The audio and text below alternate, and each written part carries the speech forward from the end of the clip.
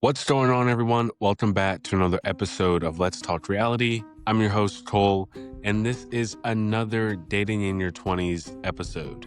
You see, I've been watching Love is Blind, and if you don't know what the show is, it's the show where people, typically in their 20s and 30s, haven't found love, so they go on a month-long show to get engaged and get married to their partner in the span of 4 weeks. And watching this again has made me realize time and time again how messed up the concept of dating in your 20s is. But specifically with Love is Blind, I've seen how there's this tendency to overlook all the red flags just because people admittedly open up about being lonely, unfulfilled, and have no one to share their experiences in life with. Everyone is starting to rush falling in love, as how everyone is starting to rush just dating in general. And this is going to be the topic of today, talking about this danger of desperation in the dating world. We're going to talk about the benefits of slowing down, avoiding settling, and dating with intention instead of fear. Because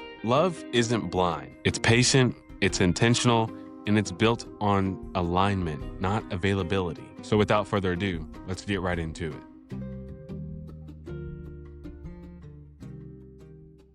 So to begin this episode, I think that it is a good place to start around this concept that I mentioned in the intro. And that's the fact that I feel like everything nowadays is just rushed. And dating is one of the items that in the 20s and 30-year-old lives that people just tend to overlook and think that it's totally okay to rush who they're dating and who they're getting married to. In this case, there's quick marriage in terms of meeting your partner and getting engaged within 4 months or within 4 weeks. And I just don't understand why everyone thinks that this is totally okay. Really, just because I feel like nothing rushed ever has the ability to last. I mean, if you think about it, rushing the dating scene can be pretty detrimental because there takes time. And I'll talk about this later in the episode. But when you rush, like in Love is Blind, you rush the whole courtship, you rush the engagement, you rush getting married. There's no foundation to build off of. And whatever foundation it is, it's a lot of misunderstood, conceptualized perspectives of the other person that just aren't real because you haven't given yourself ample time to learn about that person, to grow with that person, to see that person at 4 different seasons. And this just creates a recipe of pure disaster and turmoil that we always see in the reunions where no one's staying together. And to be honest, I do kind of get the rush with dating because it feels like I'm just speaking from the 20-year-old's perspective here. It does feel like everything in life right now is a race. Like we're in terms of your career, you've had to race to get to the starting line. And then now you feel like you don't want to get too comfortable and you've got to race to make your way up the steps of the corporate ladder. The same thing is for dating. I mean, now time is ticking by as fast as I've ever experienced it. Growing up, you feel like you have all this time in the world. High school was 8 years instead of four. College was that first dosage of feeling like time just went by within the snap of a finger. And now you're exponentially moving forward as days and days go by when you're just working in your 9 to 5 job or you're working in your career. And the dating scene is ultimate pressure right now. Your time is ticking, right? But your time is ticking a little bit more slowly in your career. If you think about dating, and I'm speaking from my personal perspective, I'm in my mid 20s. Let's say I want to, get engaged and have a family one day. In my opinion, I think it takes at least 3 to 4 years in order to fully go through the entire process. And if you're in your mid 20s, you have this concept of people having to have their life together by 30 or 40 or 35. There's not much time. And then you have to also be able to find time that is already dwindling to put aside for dating, to put aside for meeting others naturally and to grow with someone. So I'm just saying that I totally get the fact that dating is such a race right now, but I do think that you have to acknowledge that, okay, yeah, it time is dwindling down, but dating is the only aspect of my life that I can't rush things. But I feel like people don't do this. I feel like people just sit there. We watch shows like Love is Blind. We watch other dating shows that are these speed dating shows, this quick dating. When in reality, I think people are just on there just to get a little famous. But we tend to think about these dating shows and think that that's how real life works. And then we try to go replicate it in our lives. And then you're falling back into this. I talk about it all the time, the cyclic situationship loneliness loop of dating in your 20s. And let's call it how it is. Like, why do people always want to complain about being lonely? I I personally feel that like being alone is one of the best things that you can do for yourself, especially right now if you're in your 20s or 30s, because I mean, you're learning so much about yourself. There's nothing bad about being alone. People even said on the show, and I'm not finished yet. I'm so excited to see what this reunion will be like. But they have even openly said that they need to find their person because they feel like they're falling behind, or they've got to find their match because they feel like if they don't find their match, they're gonna get kicked off the show and they're gonna go back to wherever city they're in, and they're going to be alone, or they're going. Oh, they didn't say alone because that's the right. In my opinion, I think that's the right way to say it. They're going to be alone, but they said that they're going to be lonely. And I'm like, what are your intentions to be on the show? Do you truly want to find your person, or do you just not want to have to go to bed by yourself every night? There's two totally different outlooks on life when you think about being alone versus being lonely. And people just seem so desperate on the show. And it made me watch and start thinking about why I've seen people who have been in the dating scene for 4 or 5 years and still looking for somebody. Like that, but I feel like everyone's just intentions are so wrong sometimes when they're dating in their 20s. And Love is Blind is not helping you. I promise that. And this is where the danger really starts. When you settle too fast, you start settling on a relationship or settling on in this case, in Love is Blind, you're settling on a marriage. You start to try to fix things that weren't right in the first place. And this leads me into my second section on how you can tell that you're settling. Because I feel like people, like you watch these, these hard cuts to their reactions in the moment or whatever, and people are overlooking everything wrong with the situation and just glamorizing and just accepting what they have in the moment. In some cases, it may be religion, like I'll talk about, but it's typically these normal red flags that mean a lot to one person, but they don't say anything because they have to settle, they feel like they have to settle in order to not be lonely. It's these personal boundaries that we have.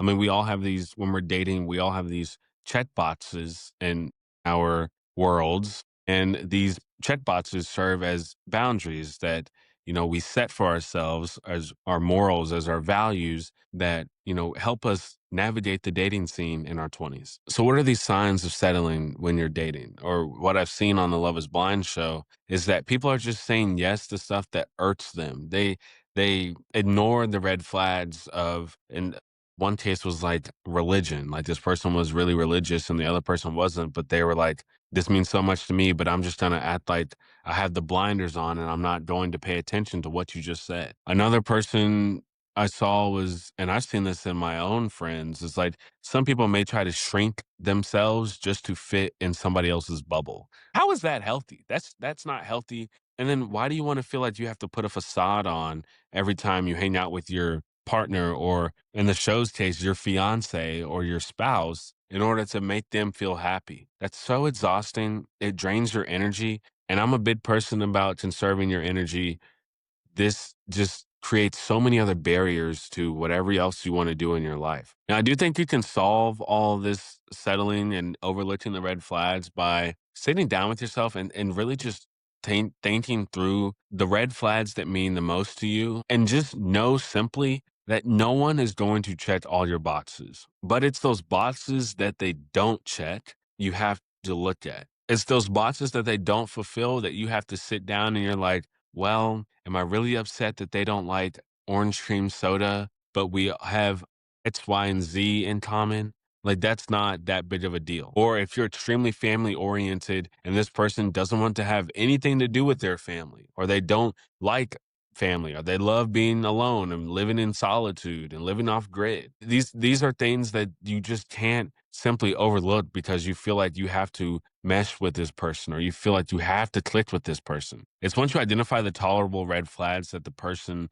you're meeting doesn't meet or presents. This is truly believe this is when you find the idea of knowing what you want and stop forcing things Like, you stop forcing things that don't really work out for you because you just have a better idea, you have more knowledge around the wants and needs that you truly need out of a partner, out of, a relationship, out of a marriage. And I'll speak from personal experience. I say this all the time. Once I got back into the dating scene before meeting my girlfriend now, it's just like, I would aimlessly go on these dates. You don't really have much to talk about. You don't really have much in common. You try to force things in common, and then the relationship or situationship just fizzles out, or it doesn't go anywhere because both are forcing items, or you'll get ghosted, but you're both forcing things that just don't exist, right? Like, you're trying to live in this happy world of,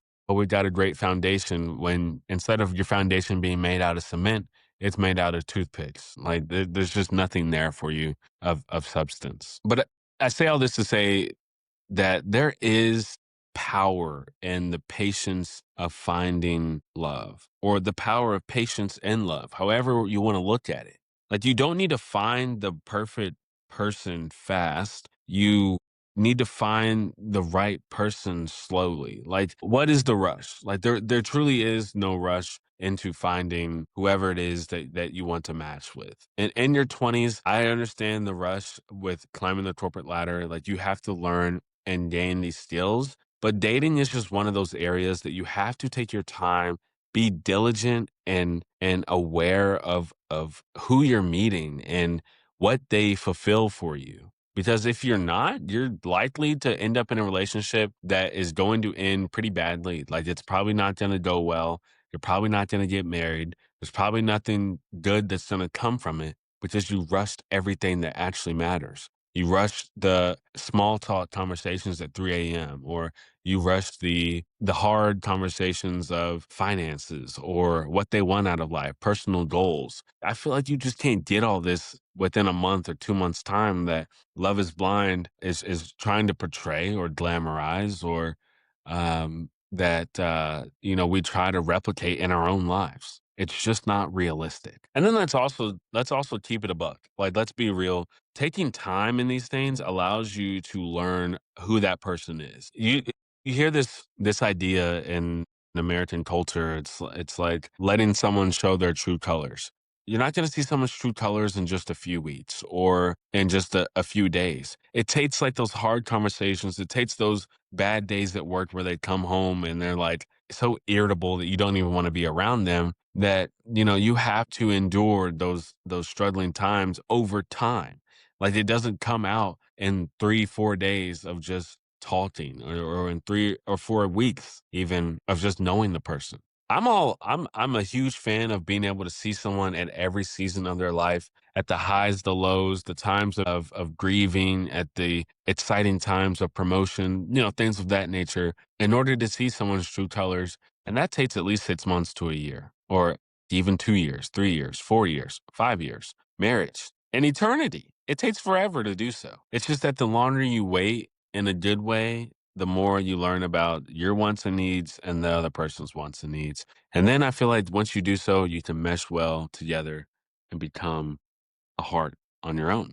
The last thing I do want to say is, like I mentioned earlier, I think that being alone, being single, is truly one of the best things you can do for yourself in your 20s. Not to say that, I don't believe in relationships, but you shouldn't get into relationships just because you want to be lonely. You don't want to be lonely. I think you should get into relationships once you've been alone for a everyone's different, but for a certain amount of time where you have a good perception of yourself. Like, your goals, your life goals, where you see yourself in 5, 10 years, what your interests are. You don't really want to not have yourself established and then let someone into your life, because I feel like they're just going to mess your life up even more. I think my girlfriend and I work out so well. It's just we do have our things that we enjoy by ourselves, but we luck out and we have things that we enjoy doing together. But we know this because we know ourselves. We have these core hobbies like podcasting or painting or audio production that allow us to do our things in our own lane. And sometimes we have a synergy to where we do them together. And this came about by just both of us being alone, enjoying our time in our 20s, going on tens, hundreds of dates, enjoying meeting other people, and eventually finding each other and being able to bring this concept of ourselves and put them together into a healthy, long-lasting relationship. And this is the main takeaway of this podcast. We've got to reframe the concept of dating in our 20s. Unlike it seems like on Love is Blind, you're not waiting to be chosen. Dating in your 20s is all about building yourself so that you can choose better. And that's my 2 cents on Love is Blind and this concept of dating in your 20s. I'm so excited to finish the show. I love this show, but it is something I wanted to talk about because I know a lot of us are navigating the relationship world right now in our 20s. And if you're listening in your 30s, 40s, 50s, 60s, 70s, 80s, I'm sure you can relate. I feel a little bit better because this has been on my mind for quite some time. Anyways, I'll catch you in the recap. Deuces.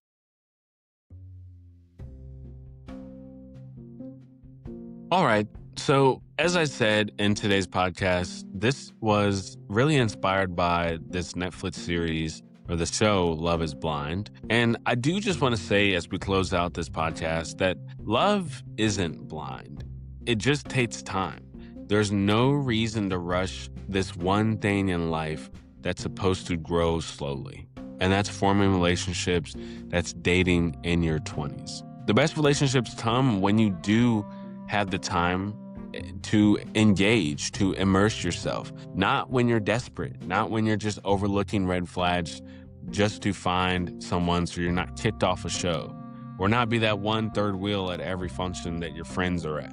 You know what I mean? Dating in your 20s should be about finding someone that fits your purpose, that fits your goals, that fulfills you in every which way. So, if you've been rushing love, slow down. There's no rush. The right person won't require you to settle to be seen.